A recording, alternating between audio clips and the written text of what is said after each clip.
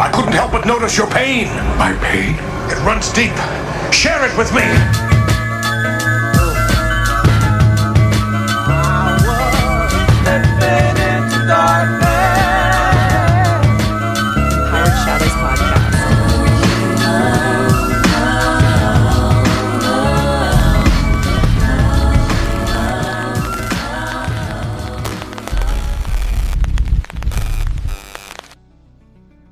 Who were you 10 years ago? I don't mean your name, where you live, what you did for work. I mean, who were you? What did you believe about yourself? What did you think love looked like? What frightened you? What were you willing to tolerate? What future were you certain you were moving towards?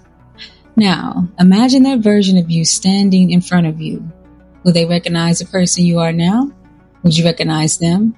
Same face, same name, same history, and still, there may be something about them that feels unreachable. They trusted people you would never trust today. They wanted things you no longer want. They feared outcomes that never arrived. They imagined futures that disappeared somewhere along the way. And they experienced themselves exactly as you experience yourself now. Current, present, real. They had no idea that one day you would speak about them in past tense. We have familiar language for that distance. Growth, age, experience, change.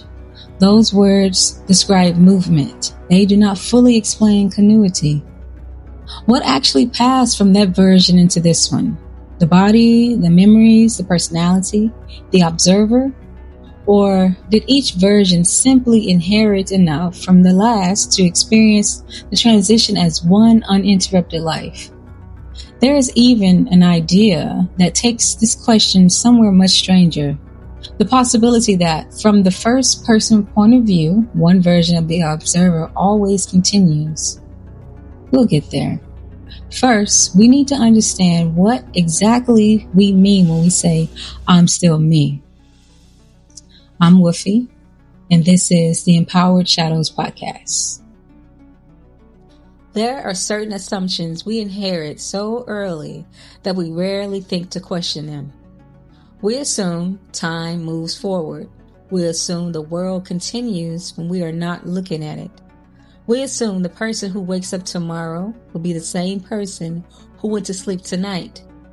That last assumption may be the most personal. It sits underneath almost everything. Responsibility, memory, love, regret, promises, plans.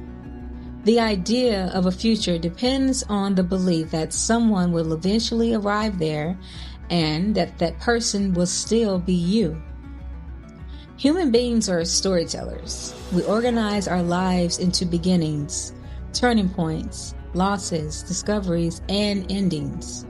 We describe ourselves through sequence. I was born here. This happened to me. Then I became this. Then I stopped believing that. Then I met them. Then I left. Then everything changed. An autobiography makes a life appear continuous. One chapter leads into another. The name on the cover remains the same, so we assume the person inside the story does too. Life feels less orderly from the inside. You can open an old journal and recognize the handwriting while feeling almost no connection to the person who wrote it. You remember the room. You remember what happened.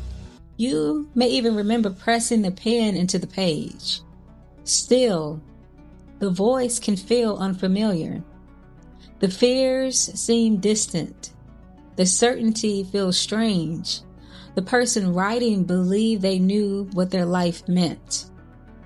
You are reading it with information they did not have. Both versions carry the same name. Are they the same person? Most of us would say yes without hesitation. Then we begin trying to explain why. The body cannot be the entire answer. The body is always changing. Memory seems closer, although memory is unstable. Personality changes. Beliefs change. Desire changes. The way we understand our own history changes. Eventually, the question becomes difficult to avoid. What exactly continues?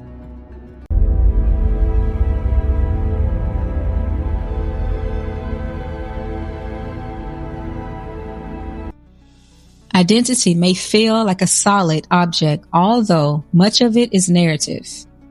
You hold an internal story about who you are, what has happened to you, and what kind of person you have been, and what your life appears to be becoming. That story is rarely complete. It is edited by memory, emotion, shame, loyalty, survival, and whatever information is available at the time. An event can mean one thing when you are 20 and something entirely different when you are 40. A relationship once described as love may later look like dependency. A failure may become an escape. A sacrifice may become self-abandonment. A childhood memory may change after learning what the adults around you were hiding. The facts of an event can remain fixed while its place inside your identity changes completely. This creates an unusual problem. If identity depends partly on the story we tell about ourselves, and that story keeps changing, then the self we experience may be changing with it. We tend to imagine identity as the narrator, the stable voice behind every chapter. It may be closer to the story itself, revised while it is being told, old material removed, new meaning inserted, contradictions smoothed over so the whole thing still feels like one life. We do this almost automatically. When people explain their past, they usually speak from the knowledge of the present. They describe early warning signs they did not recognize at the time. They connect events that originally felt unrelated. They give intention to choices that may have been confusion, impulse, or survival. This does not mean they are lying. It means the mind prefers continuity. A scattered life is difficult to hold. A story gives it shape. The story also creates the impression that the one central person has been present through every scene. There was a child, then an adolescent, then an adult. Each version inherited something from the last, so the transition feels natural. Yet, inheritance is not sameness. A city can keep its name after nearly every building has been replaced. A company can continue after every original employee is gone. A language can survive while its vocabulary, pronunciation, and grammar changes across centuries. Continuity can exist without permanence. Perhaps identity works the same way. Questions like this are much older than neuroscience. Long before anyone could study memory or scan the brain, philosophers were already asking how something could remain itself while every part of it changed.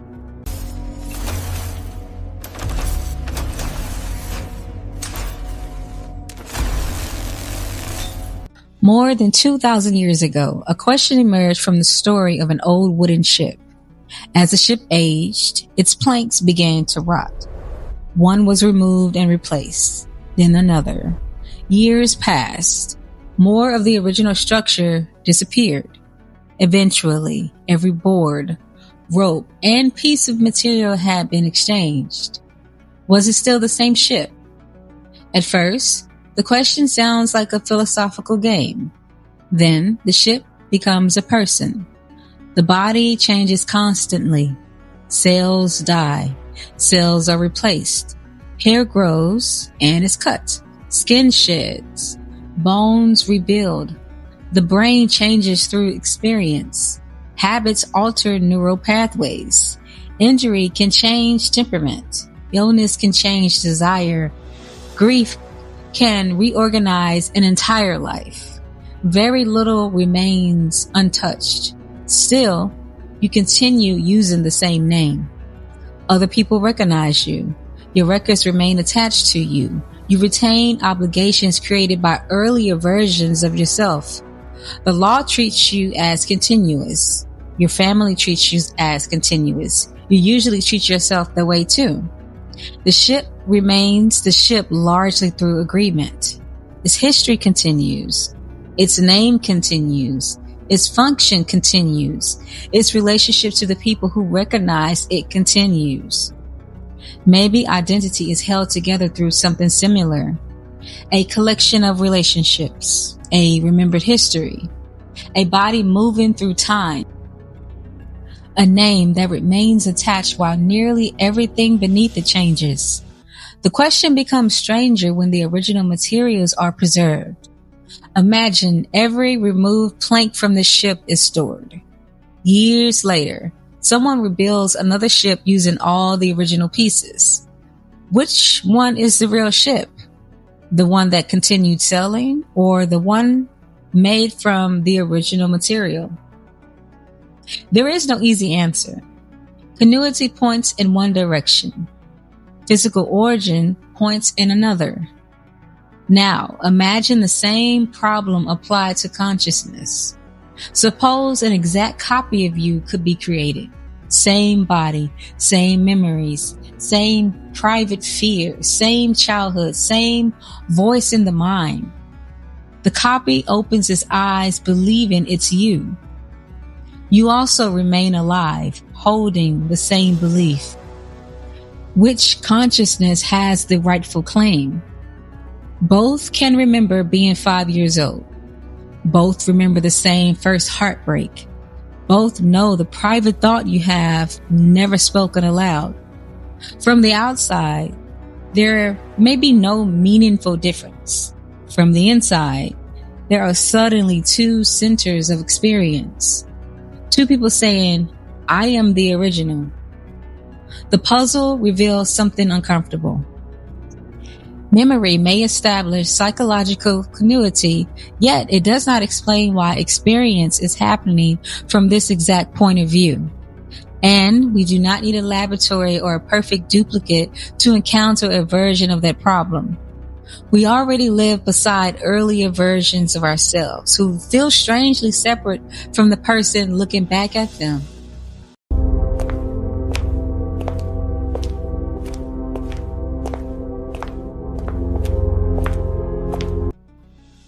Every version of you believed it was the current one. That sounds obvious until you sit with it. The child did not experience themselves as an early draft. The teenager did not move through the world thinking a more legitimate version of me will eventually replace this one.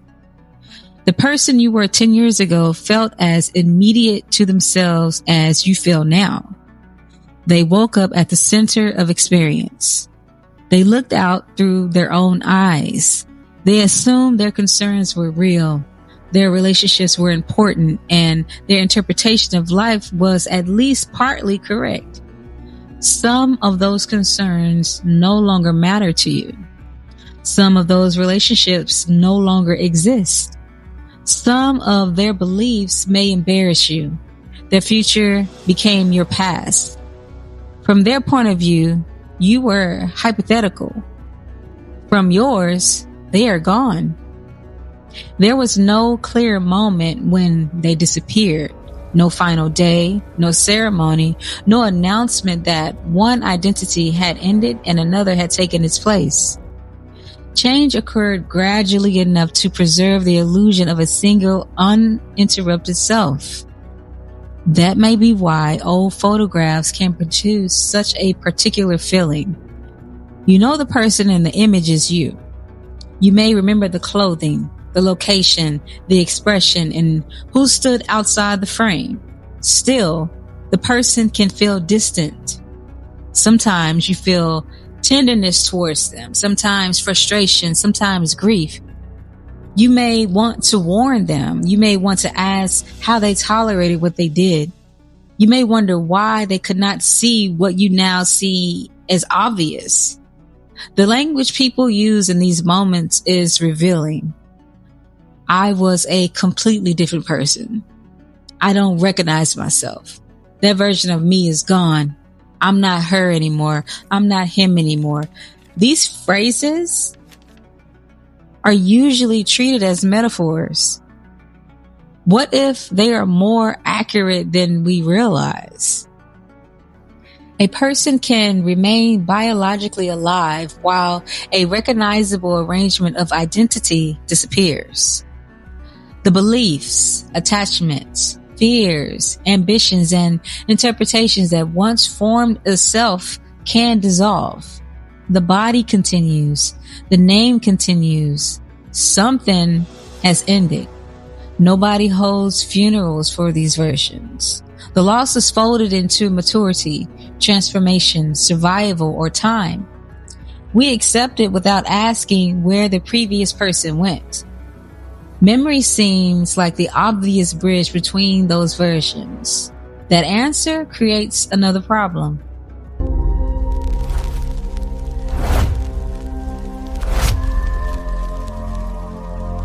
Memory appears to connect these versions. It gives the present access to the past. Without memory, identity becomes difficult to maintain. Yet, memory is not an archive. The brain does not store experience as a perfect recording. Remembering is reconstructive. A memory is assembled from fragments, sensory details, emotion, later knowledge, expectation, repetition, the stories other people told, the last version of the memory you recalled.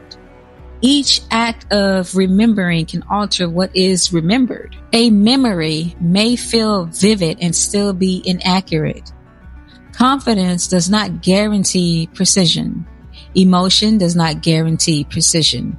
Repetition can make a story feel more real while moving it further from the original event. This means the past inside your mind is not entirely fixed. It is being interpreted by the present. A child experiences an event without understanding its larger context. The adult remembers it using concepts the child did not possess. The scene is the same. The meaning is new.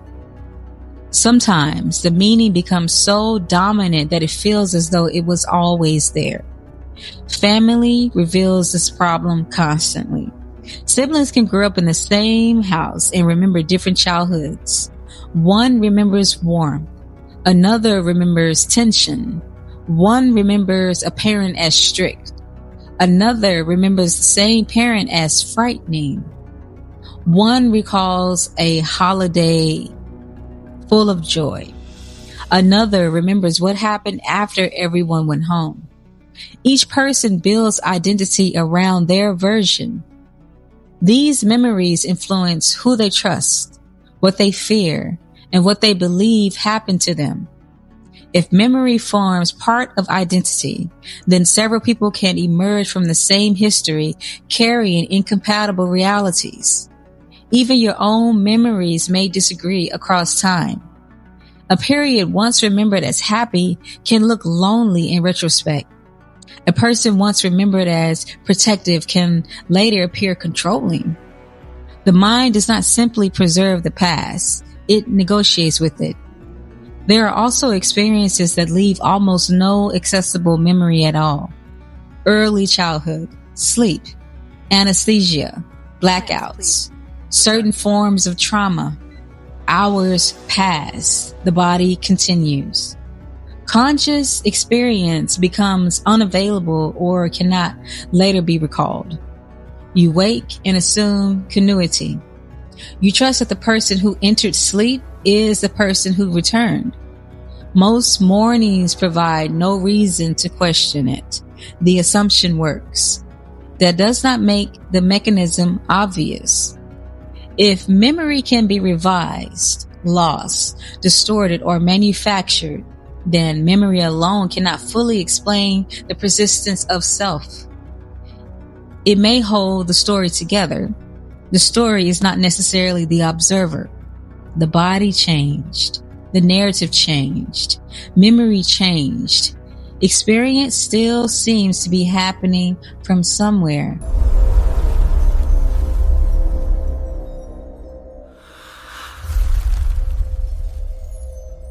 Underneath biography, personality, memory, and the body, there appears to be something more immediate. Awareness. The fact that experience is occurring. Thoughts change, yet something notices the thoughts. Emotion rise and disappear, yet something registers the change. The body moves through different ages, yet experience continues to appear from a first-person point of view. Philosophers, neuroscientists, and spiritual traditions have described this in very different ways.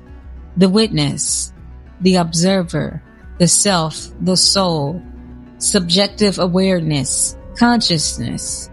The words carry different assumptions and none settle the problem.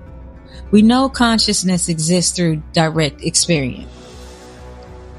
You cannot doubt that something is happening without consciousness being present for the doubt.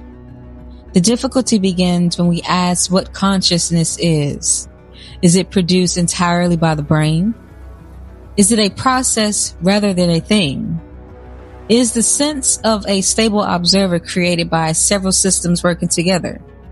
Does the observer persist through time, or is it generated moment by moment? There are people whose personalities changed after brain injury. People who lost access to autobiographical memory. People who develop new preferences, impulses, or emotional patterns after neurological changes. These cases make it difficult to separate the mind from the physical brain. They also complicate the idea of one permanent inner self. If damage to a small region can alter judgment, empathy, language, or recognition, which part was the person? The traits, the memories, the awareness beneath them. Imagine someone losing every autobiographical memory. They do not know their name. They do not recognize their family. They cannot recall their history. They remain conscious. Is the original person still present? Some would say yes. Others would say the body survived while the person did not. Now, reverse it. Imagine a body is perfectly copied, including every memory, while the original is destroyed. The copy wakes believing continuity was never interrupted. From the copy's perspective, nothing unusual occurred. From the outside, a replacement has been made. Would survival depend on what happened materially or on what the waking mind experiences? This question becomes important when identity is treated as information. If a complete mental pattern could continue elsewhere, some theories would describe that as survival. The problem is that a copy continuing does not obviously preserve the original point of view. A duplicate may insist that it is you. You may still be the one who never wakes. The distinction only matters to the observer who disappears. Questions like this stop feeling entirely theoretical when people describe experiences at the edge of consciousness itself.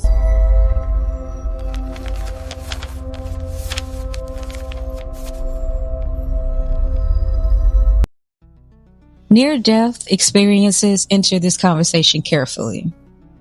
They are often used as proof of one belief or another. Proof of an afterlife. Proof of the brain under extreme stress.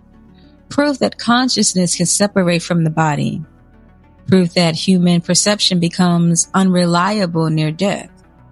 The reports themselves are more interesting when they are not forced into a conclusion. Across cultures, people have described leaving the body, observing medical activity, encountering deceased relatives, entering unusual environments, feeling overwhelming peace, or reviewing events from their lives. Others report nothing.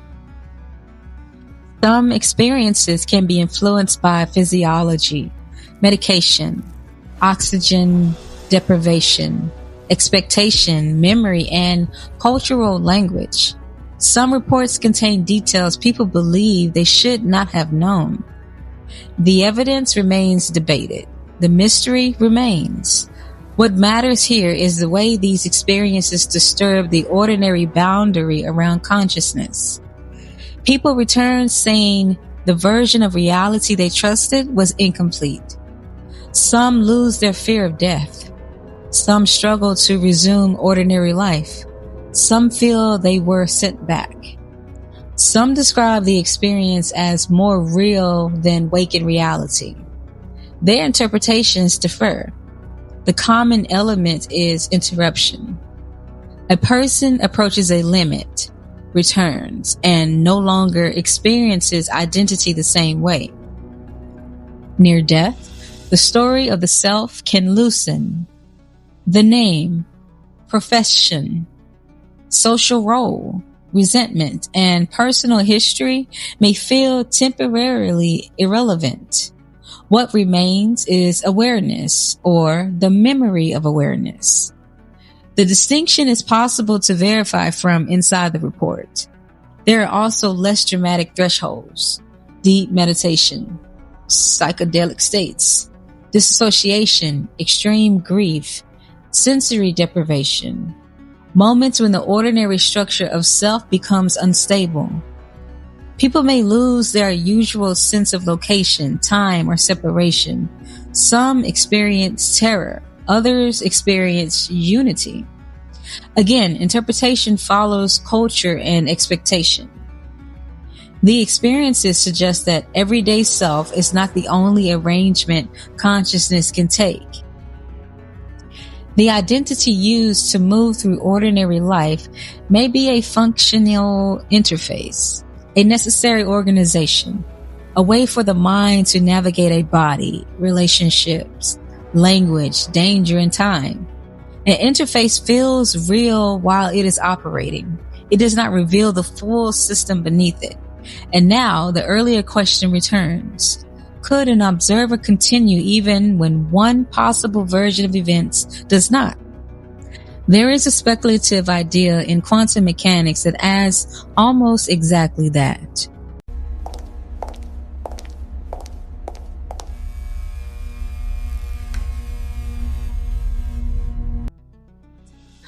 Modern physics introduced a problem that was never designed to answer questions about personal identity. Quantum mechanics describes reality at extremely small scales with extraordinary accuracy. Its mathematics works. Interpretation remains unsettled. One interpretation proposes that all possible outcomes of a quantum event occur, each in a different branch of reality. This is commonly known as the many worlds interpretation. It does not mean every imagined fantasy automatically exists somewhere. It does not mean thoughts creates alternate universes. It is a specific interpretation of quantum mechanics, and it remains controversial. From this idea, a stranger thought experiment emerged: quantum immortality. The proposal is speculative. It is not established science. It cannot currently be treated as proof that anyone survives death. The basic idea begins with branching outcomes. In one branch, an observer survives a dangerous event. In another, the observer does not. The dead observer experiences nothing afterward. The surviving observer continues. From the first person point of view, awareness would only continue along branches in which survival occurred. This creates a disturbing possibility. An observer might never experience their own non-existence. Other people would still witness their death in countless branches. Their consciousness would continue only where continuation remained possible. The idea sounds like immortality. It may be closer to increasingly improbable sequence of survival. It also raises immediate problems. What happens with aging, severe injury, dementia, loss of consciousness, a condition where biological survival continues while identity collapses? At what point does the observer count as the same observer? Quantum immortality does not solve the question of identity. It exposes it. The theory depends on the assumption that a continuous you moves through surviving branches.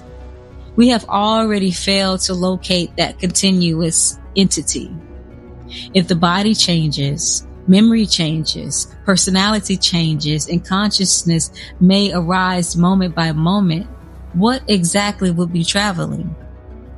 Maybe nothing travels. Maybe each surviving version simply wakes with memories that creates the appearance of continuity. That would feel identical from the inside. A branch occurs, a version continues, that version remembers being the earlier one, the story remains unbroken, the observer assumes survival. There would be no way to compare the experience with the branch that ended. This is where the theory becomes less like science fiction and more like a mirror. It reflects the assumption we make every morning. I went to sleep, I woke up, therefore the same observer continued. Usually that conclusion is harmless. It may even be correct. The deeper issue is that subjective continuity cannot be inspected from the outside itself. You only ever experience the version that is currently present. Every earlier version is available through memory. Every future version is imagined. The present observer stands in the middle and claims ownership of both, which brings us back to the duplicate. Only this time, there is no laboratory, no machine, nothing unusual happens at all.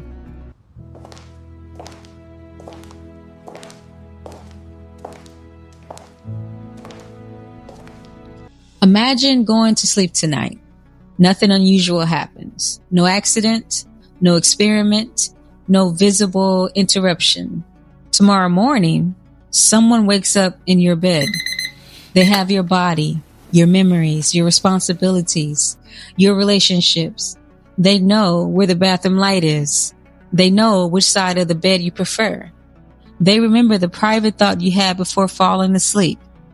They reach for your phone and recognize every name. Everyone in your life treats them as you. They experience no break in continuity. Now imagine the observer who fell asleep did not continue.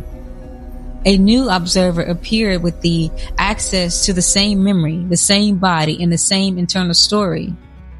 What evidence could the waking person use to discover the difference?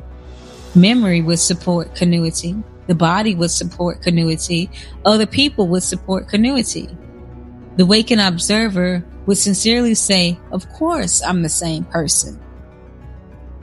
There may be no possible test. The scenario could be impossible. It could also be indistinguishable from ordinary life. That is what it makes it unsettling. Identity may require one permanent observer moving intact through time. It may require each present version to inherit enough information from the previous one to believe that it did. A flame appears continuous while the fuel is constantly changing. A song remains recognizable even though no single note lasts for the entire composition.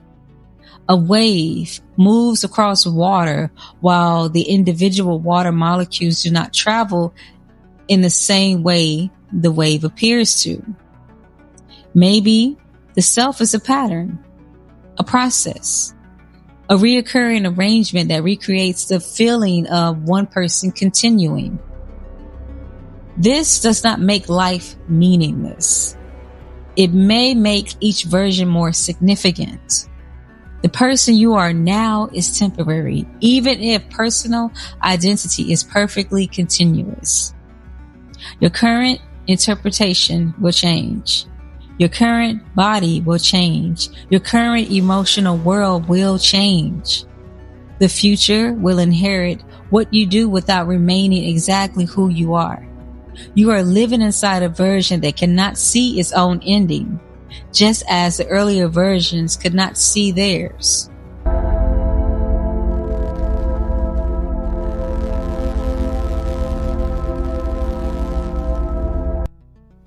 There are people you used to be who believe they would remain forever. They made promises. They chose relationships. They tolerated things. They imagined futures. They feared outcomes that never happened. They survived events that changed the meaning of everything that came before. You carry their consequences. You carry some of their memories. You may carry their face in an old photograph. Still, they're no longer fully here. One day, the person listening to this episode will also become an earlier version. Someone in the future may remember your current fears with distance. They may look back at your life and see patterns you cannot yet recognize. They may feel compassion for you. They may barely understand you. They will still call themselves by your name. We spend much of our life trying to discover who we really are. The question assumes there is one final person waiting underneath the changes. Maybe there is. Maybe there is only the changing. A body replacing itself. A mind reconstructing the past. A narrative preserving continuity. An observer appearing at the center of each present moment. Every version looks backward and says, that was me. Every version looks forward and says, that will be me. Neither can leave the present to verify the claim. Somewhere between memory and expectation, identity holds. For now, the person who began listening to this episode is already slightly different from the person hearing these words. Information entered, questions entered. Something may have shifted. Perhaps only enough to make you notice an assumption you had never examined before. That is how many versions change. Quietly. One experience, one decision, one realization, one piece of information that cannot be unknown afterward. Years later, you may look back and recognize the dividing line only in retrospect. The person standing before it had no idea a different version would eventually inherit the life. That may be the strangest part of continuity. The self keeps changing while experience insists that there has been one uninterrupted me moving through all of it. Every version believed it was the one that made it. None of them knew what the next version would eventually understand. Some questions become smaller once they are answered. This wasn't one of them. I couldn't help but notice your pain. My pain? It runs deep. Share it with me.